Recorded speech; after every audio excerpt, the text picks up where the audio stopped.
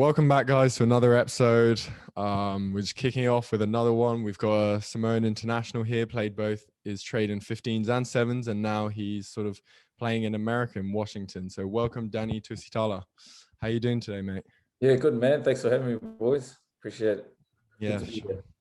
It's exciting always having players who are playing in America these days because it's such a growing league, but we'll touch on that later. So we want to start off with your days in Samoa and talk about the 7s, and I guess what was that like, sort of playing on a World Series?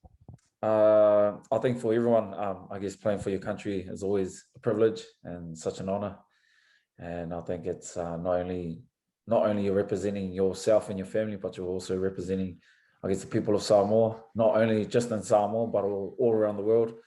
And I think that's what was, I guess the best thing about it is being able to wear the blue jersey, but knowing that a lot of Samoans around the world are watching you and depending on you to do a good job of it. And so it's tough. And it's, it was me. Obviously, you started your international career, correct me if I'm wrong, with playing 7s. What was sort of your route towards the 7s circuit? It wasn't probably, I guess, one that a lot of people think. I guess I think back in New Zealand, I was just kind of cruising, hanging out with my mates and just doing whatever, sort of working as a laborer. And I think in 2015, I kind of was working as a laborer, but then I lost my job and then worked as a scaffolder, lost that job, shrink wrap. So I lost a few jobs leading into it. So it was quite a hard road, but I think I got to a point where I saw sort of like it was a post on Facebook, and I saw it was an open trial. So I guess an open trial is like anyone can go, really. Like anyone can turn up, and you've got guys who are the age of your uncles, your dads, just everyone that's trying to chase the dream. And I just by chance, I just happened to, I wasn't really as fit as I should have been, but I took a chance and I went to this open trial and I was kind of like, oh man, I don't know what's going to happen.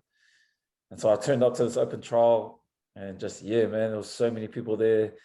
So I was thinking in my head, I was like, man, I don't think I'll ever get picked with all these players around. And then lucky enough, I managed to do at least, I guess, one good run, one good tackle, and do one good drop kick. And then, which got me a trial so I got through that first trial.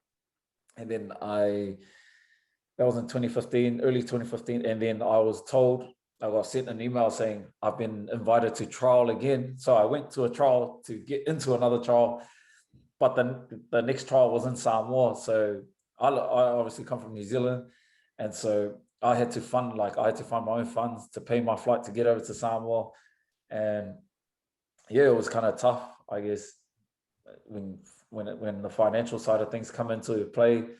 And like I said, I lost my job. So I was trialing for this team and I had no job. So I was kind of like depending on it. And then when we were told that we had to fund our own flights over to Samoa and sort of look after ourselves, it was kind of, it did test sort of like how bad I wanted it. And at the time I was kind of like, I had nothing going for myself. My rugby wasn't as great as I thought it was. And so I took the chance and, with the support of my family, managed to get over to Samoa and then go through the whole process of camp, training, all of that. And then, long story short, we just, I was lucky enough that I was selected to represent my country. And then the moment my name was read out was the moment I made a promise to myself to work even harder to keep or to stay in that team or to stay at their level of rugby. And then, so then I was lucky enough to go on to play onto the circuit. And then the moment I played my first tournament, I just, I just was hungry for more. So every time I think back to that moment, I just think, man, like to run out on a world stage like that, representing your country in the blue jersey, it's like the most unreal feeling. Like I can't explain the feeling, but I know everyone around the world that's done, I guess, been in that position understands sort of it makes you hungrier for more. So when you go back home, when you're away from all the bright lights and the big stage, TV, everything, I think that's when the work starts even more and you're just like constantly like wanting to be better.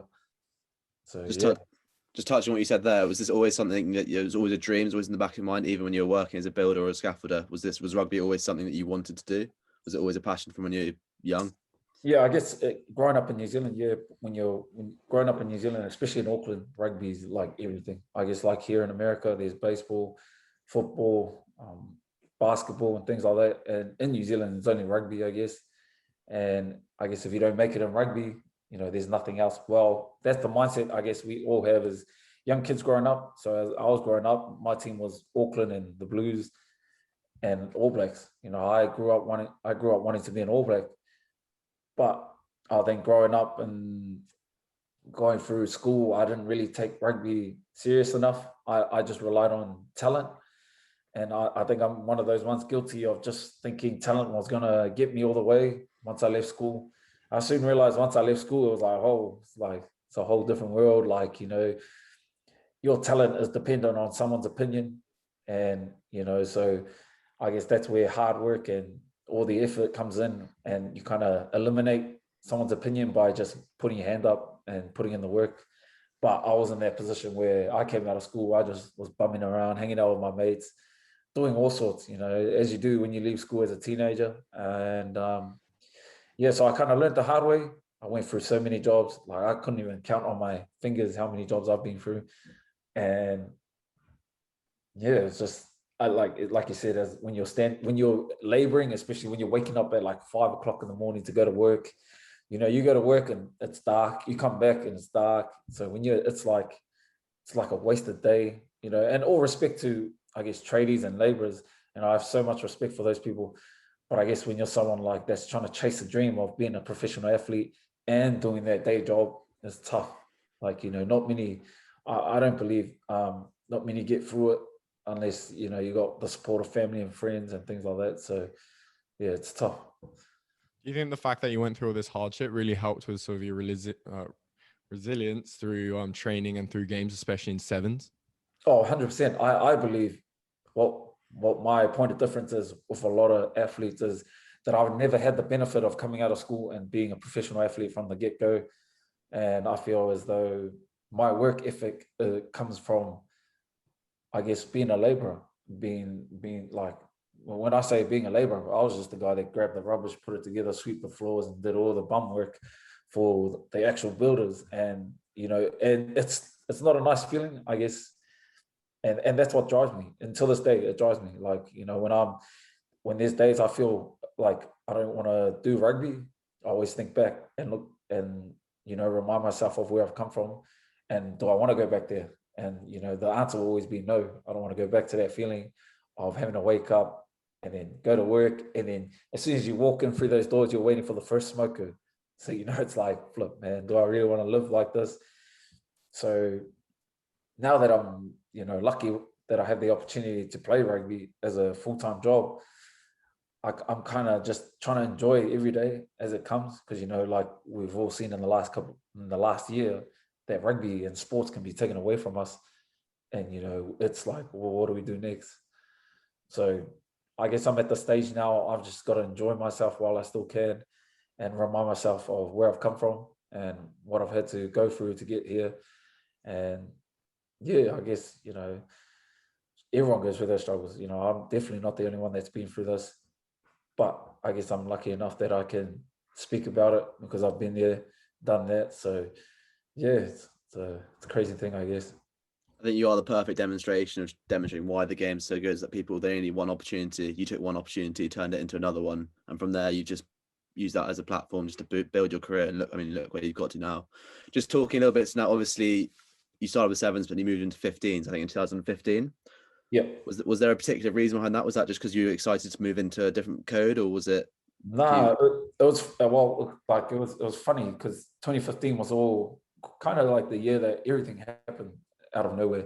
So I guess like for me, like I gave up trying to make rep teams and trying to make anything.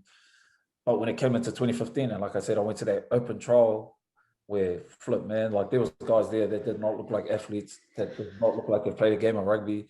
So like for me, it was kind of like, man, I've got to dump my pride away and just trial with whoever and see how I go. So I went through the sevens, And lucky enough, the 15s coach had watched a bit of the sevens, and he came up to me during camps and was like, can you, how do you feel about playing sevens and 15s at the same time? And I said, oh, if I'm given the opportunity, then yeah, sweet. So when I first initially made the Manu Samoa 15-man side, I made it as a winger. So if you see the team naming that year, my name was down with the wingers and the fullbacks as an outside, because I hadn't played much halfback at the time. And so I jumped from the circuit into the 15-man game, and I was like skinny, man. I was like 78 kgs, and I was like, oh man, I don't know what I'm doing. And yeah, so I was training as a winger, fullback, and then there was a couple of injuries that went my way, so I got shuffled into halfback. And then yeah, from then on, I decided I wanted to be a halfback. So I think 2016, and I was just like, from then on, I played 15s, and then that pushed me into another opportunity, like you said, and then I just carried on from there. And then I managed to jump back into the circuit after a bit of a 15 stint, and then once I finished up with the sevens, I kind of quit sevens, but yeah, we'll get to that. But yeah, it was a tough one. You talk about that quick. So obviously you started on the wing, and now you obviously played mainly at scrum half, but I think a little bit of fly half as well. Looking at where you've been playing in America, is that something you pride yourself on, the flexibility of being able to move around? I guess. When we talk about that, like it probably I guess hurt me coming out of school, being a utility, being able to play wing, first five, halfback, fullback. I guess at the time, I thought, yeah, man, I should make teams because I can play more than one position. But when I look back to it now, I can now see why coaches didn't pick me, why coaches were like, nah, we'll go with this guy who's a specialist halfback, or we'll go with this guy who's a specialist winger. And, I've come to learn that I've got to be able to nail one position and, nail my role. Because I played on the wing, but I wasn't the fastest. And I played fullback, but I wasn't the best at high balls. Didn't have the best kicking game. Then I played 10, but I didn't have, I guess, the best game management. So 9 was probably the only position that I could actually, I guess, nail, because it was just passing and, talking. I do heaps of talking as well. So, so I found that halfback was probably my best position. And yeah, I guess playing 10 for DC the other week, well, I wouldn't have wanted to play, but we had no choice. We had no one else. So I put my hand up to help the team. And yeah, but if I had a choice, I would not play 10. I'd probably play wing before I play 10, but yeah. So growing up, did you have any sort of like players that you looked up to? Because I guess there were so many coming out of the Auckland area that I guess so skillful in like quite a similar way that you are, I guess. Yeah, definitely. I think I looked up to Oriniai. I think he's one of the coaches at LA, and yeah, just because he could play everywhere as well. He could play wing, fullback, 10, halfback, and guys like there was a lot like Christian Cullen. He'd be one of my favorites, and obviously Jonah Lomu. I got so many. There's a lot. I wouldn't be able to like give you just one. There's so many that I could pick from. So obviously moving on, you carried on playing sevens, I think, till 2019, but then obviously people will listen to this now. Is it 2018, 2019? 2019. Obviously, you've made quite big career changes. Now you're solely focusing on 15s. Do you want to talk a little bit through that decision? What was behind it? Yeah, so it's a funny story. I think 2018, I came back from France from doing a stint in the Pro D2, and I went straight back into the sevens. And, I started playing some really good footy in the sevens. And then 2019 came around. It was like the World Cup year for sevens. And yeah, I was not really enjoying myself as I would have wanted to. And Vancouver in 2019 was the last tournament I played for Samoa. And when we flew home, and we get 4 days at home back in Auckland, and then we have to fly back to Samoa for camp. And it was the camp for Hong Kong and Singapore. And I just didn't turn up to the flight. Like no one, I didn't tell anyone. I think we arrived Tuesday, and Sunday we were all leaving to Samoa. And then, yeah, I went home after that tournament feeling drained, like mentally like done with rugby, and I was just kind of like, flip, man, I don't know if I want to do it anymore. And then I didn't tell anyone, I didn't tell my wife or didn't tell family. I just kind of was like, made up my mind that week that I was not going to turn up to the flight. So I didn't tell the coaches, which was bad on my behalf, which is like, you know, it was definitely not the way I should have done it. But I felt at the time it was the only way I could, you know, because I knew if I had messaged the coach or the manager, I was going to turn in and be like, oh no, I'll be there. So Sunday came around for the flights and I turned off my phone. I turned off everything so that no one could get a hold of me. And yeah, so that day was tough, man. Like I was getting texts and messages and missed calls asking, where am I? Where are you? We're here at the airport. We're at the gate now. Are you coming? And I gave it about a week until I text Titch and said, oh, hey, Titch, sorry, man. And I just, you know, gave him the message and said, oh, I wasn't, you know, I don't think I was mentally all there anymore. And so I've decided to pull out of the season. So I pulled out of the season and I kind of went, I think I went a couple of weeks with just no training, no rugby, just chilling. Doing nothing. I was kind of being a bum. And then I went back to my club at Ponsonby and back home. And I just went and joined the under 85 kg grade. And I played a couple of games, played 2 weeks of it. I was playing center. So I was playing with people my size. And I was just, you know, I just finished playing in the circuit 2 weeks before. And then I went and played in the under 85 kg game. People were looking at me like, what the hell? What's this guy? This guy just finished on the circuit. But I think it was that moment I was just kind of like, man, I just need to find the enjoyment again of playing this game and finding it again, why I love playing the game. So I played a couple of games for the under 85s. Then I went back and then I went up to the Prems coach and I told him that I'm ready to play. And he told me, nah, we're gonna put you down in the reserves. So I played like 2 months with the reserve grade, which was hard because I was like, man, I've played like 60 plus games for my club. How can they do it? Like, how can they do this to me? And I was mad. I was like, man, there's no loyalty. How can these guys not play me? I'm a Prems player. But then a couple of weeks went by and I just kind of was like, you know what? If I'm not going to play Premier Rugby this season, I'll just enjoy my time with the reserves. And in the reserve grade back home, it's full of guys who are just there because they purely love playing rugby. They purely love the club.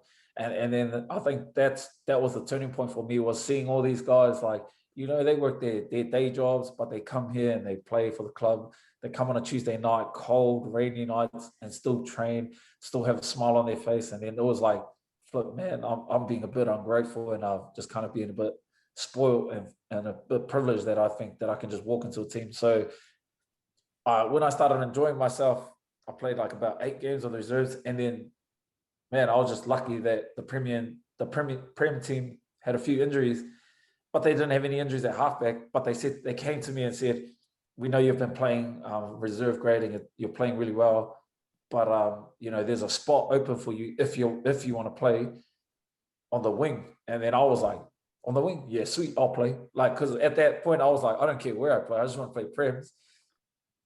So I went in. And then I was like, yeah, sweet, I'm going to prove to these coaches that I should be playing Prems. And then played my first game off the bench, jumped on the wing, played so trash. I was like the worst player in the team. And then, I got dropped back down to the reserves the next week. And then it was when I got dropped, I really had a look at myself like, flip, man, I'm probably not as good as what I think I am. So I went back to doing basics. Like, I went back to working hard in the gym. I went back to, I guess, being more active at home, being around more of my kids and things like that. And then I didn't focus too much on trying to prove myself or trying to make the Prems. I just focused on purely trying to be better at like playing rugby and things like that, being a better person. And when I started to nail those things, I was lucky enough, I got another opportunity to play for the Prems. And then when I did get the opportunity to play, I went in and I kind of went in with the mindset just to enjoy myself, just to, you know, if this is going to be my first or last game, I've got to make sure that I leave the field with a smile on my face. And then, I was lucky enough that I went throughout the whole season. I managed to stay in the team right up until the finals, played on the wing, and then got a random ass call after the final to join the Auckland Mitre 10 Cup team as a training squad. And then, I guess the rest was history, I guess, from then on. So I just want to pick up on two things you said there. First, this might be very naive of me, but since your history in sevens, surely you're not better suited to be on the wing, but you've probably got the skill set which would make you quite a good winger if you spent lots of time on it. Yeah, Sorry. yeah. So I not to pump my own tires, but when I went into that team, when I finally managed to get back in, I think I was real influential in helping us win because I purely focused on being a winger. So I wanted to be the best winger that I could be and not compare myself to anyone else. Because the time that I did go in, I was going in to try and prove myself to play halfback, whereas we already had two really good halfbacks. And, I personally think they were better than me. But I was like, in my head, I was like, nah, I'm better than them. But I was playing on the wing, trying to prove myself that I could be a halfback. But yeah, once I focused on being a winger, I was a lot better. I could, I was a lot fitter. I was more active. And like I said, I'm not the quickest wing, but I felt like I was touching the ball a lot more than what an average winger would. And yeah, so yeah, I was lucky I could do that, I guess. And sorry, yes, the second thing was obviously you've touched on. We've spoken to a few sevens players in previous series, and we had Nick Maloof on for the first episode of this. That's something that you've just brought up, which we've never really considered, is the toughness of the gig of a sevens player, because you are always traveling. You're never in the same place for more than 3 or 4 days. Yeah, man. And was that so? It was just mentally, your body was just like, right, I don't. And also you've got a family. And I think you've had a family at this point as well. You're just like, I don't want to leave them anymore. That's just, you felt comfortable in yourself in making that decision. Yeah, pretty much. You just summed it up. I guess when you're traveling so much, and I guess for myself, like I'm in a different position to a lot of boys that play in sevens, especially the sevens boys from Samoa. A lot of them, I guess, don't have families, and I was at a point where I was like, I've got 3 kids, and I'm spending a lot more time with my friends and my teammates than I am with my own family. So it got to the point where I was like, man, I'm only seeing my family once every 2 months or something. And that was like, when I'm at home, I'm sleeping because I'm so jet lagged and I can't really do much. And when I do have time, that time I'm using to train while I'm away from camp. So it was kind of like I didn't have a balance.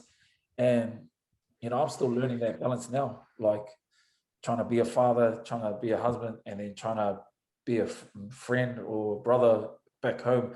But at the same time, trying to stay on top of my training, trying to be the best at my craft, trying to do all these things and balance it. It's still a learning process for me, even till now. So it is tough mentally, especially in the seventh circuit, being away from home. And then, and then that was a turning point. Like when I hit that turning point, I was like, yeah, nah, I'm not going back. And then it was kind of like the boys now ask me, man, like, well, what happened? I was like, you know what? I don't even know. But I did know that I was not coming back. And then, but I'm lucky enough that they've invited me back. And, I feel like I'm very lucky that they can still consider me to come back and be a part of the team or be in talks of playing for Samoa again. So, I guess I count my blessings that I'm able to still be in the picture, because I definitely would not be in the picture if I was in the New Zealand team and I didn't turn up to a flight to go back to camp. So is that something that you're looking to in the future, potentially, if both either in 15s or sevens to maybe represent Samoa again? Is that something that you maybe thought? I definitely put my hand back up for 15s this season. So I do know they got a couple more tests, and and sevens, definitely sevens, because we've still got a tight knit group. There's a lot. Our core group is still there, still together. So hopefully, if all goes well, I guess when we finish up here in the MLR, and obviously later on in the year there'll be the seventh circuit. I think it's a bit different, but there's an opportunity for me to, I guess, to sneak in there. I guess if I choose to, well, if the wife lets me, I guess. But yeah, kind of past the seventh stage, I guess.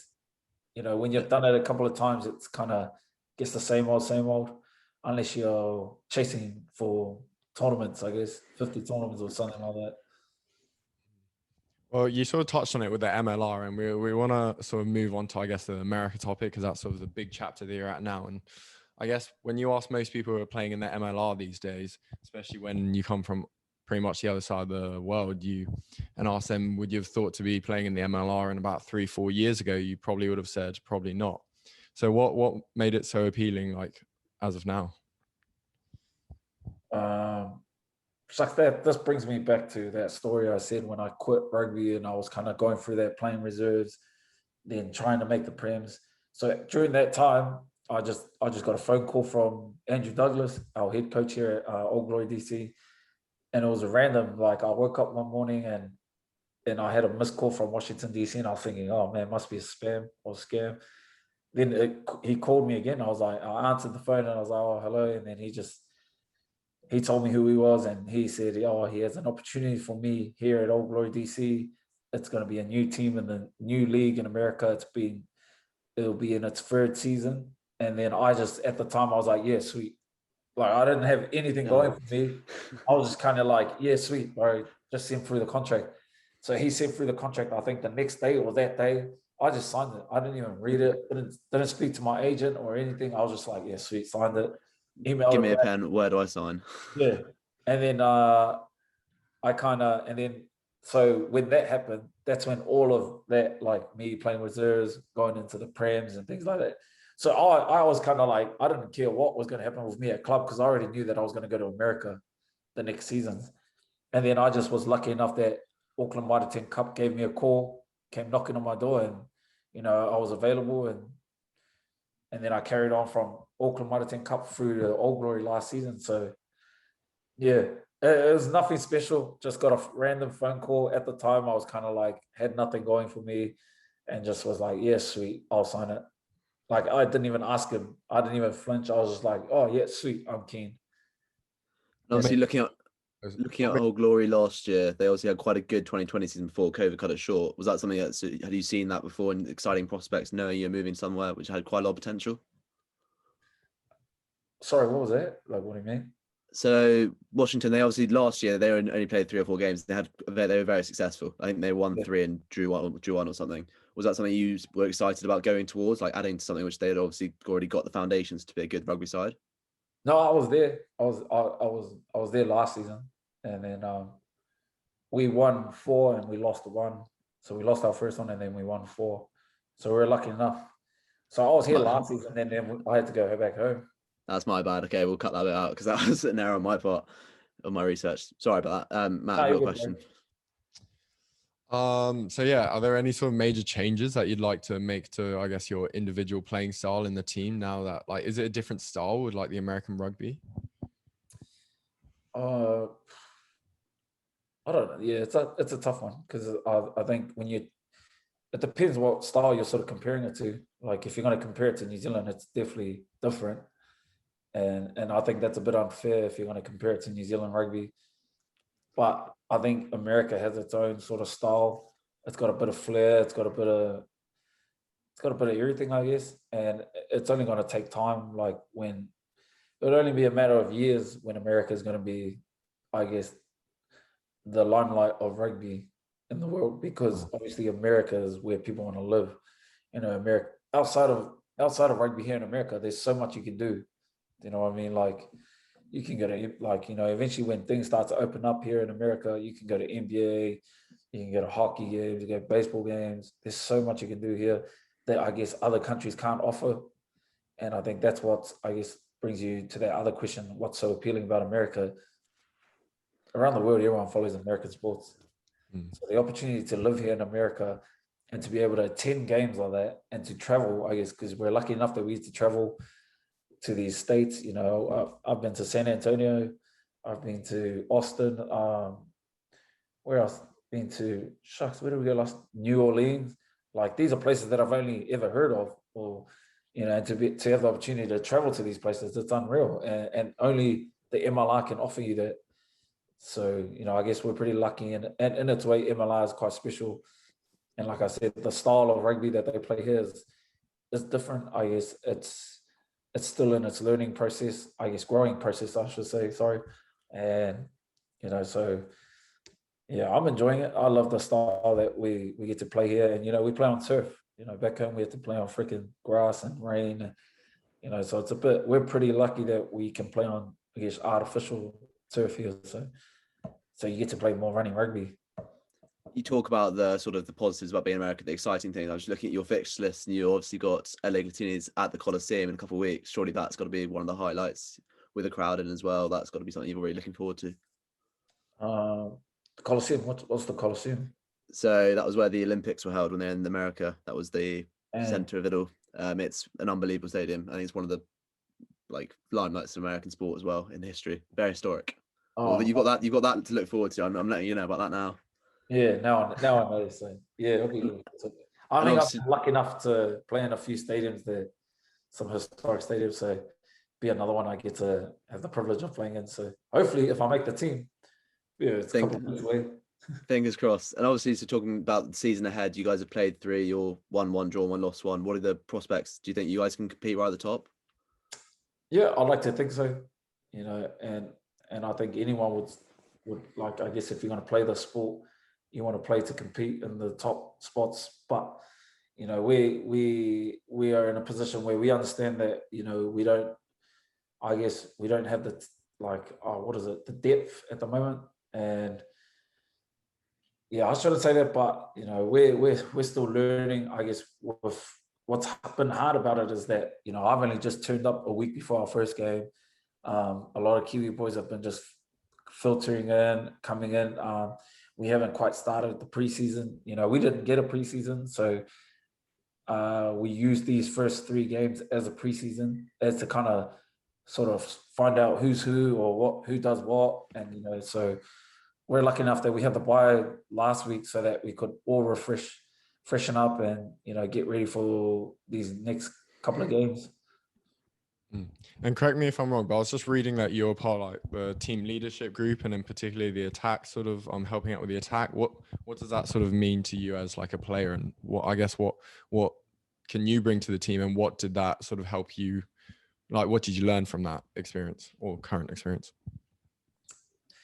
Do you mean like obviously being in a leader's position to help the attack? Yeah. I guess when you're a halfback, it doesn't really change much. I guess you're always got to be vocal and be direct and be able to, I guess, stir the ship around like like a quarterback.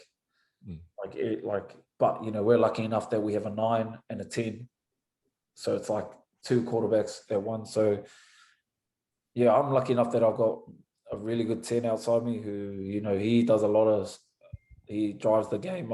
I'm just the guy who passes the ball to him and does all that. But yeah, I've learned a lot. I guess I think with being a halfback, you just learn as much as you play. Like the more you play, the more you're learning. You can do like so much watching film. You can watch so much film and all this and that. But I think the biggest way to learn is to actually do by action and by playing. So I've been lucky enough that I've been playing a lot of games over the years, and so just using all that experience, and then when it comes to, I guess, helping a team sort out an attack, I just chip in my 5 cents and see how it goes. I may not be always right, but that's all a part of the learning process for myself individually. So sure. Well, Danny, thank you so much. Come on, one more question, and then I think we'll wrap it up there. But we've asked a lot of our guests what their favourite moment in their career. It could be when they were 5 years old, the first time they picked up a rugby ball, to last week. Anything you want. We're just wondering what yours was. My favourite rugby moment. Damn, what would be my? Would it have to be playing wise or just rugby? Anything. I think it'd have to be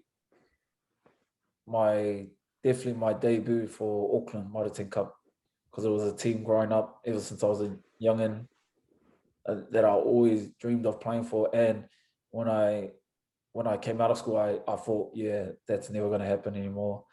And then, lucky enough, I think 10 years down the track, I was able to fulfill that dream, that long lost dream I had for playing for my city and playing in the blue and white hoops, and to debut in Eden Park.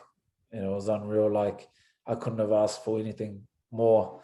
And to this day, it still gives me goosebumps, that I was able to fulfill that dream. And, because, where I'm from, it's kind of like, it's a hidden hope.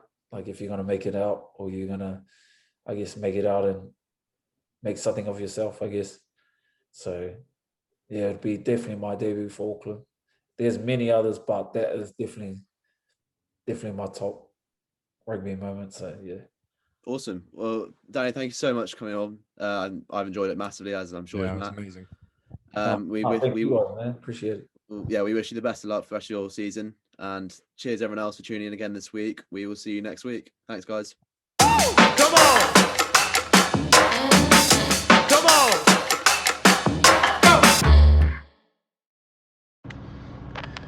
Thanks for listening to the Tap and Go podcast.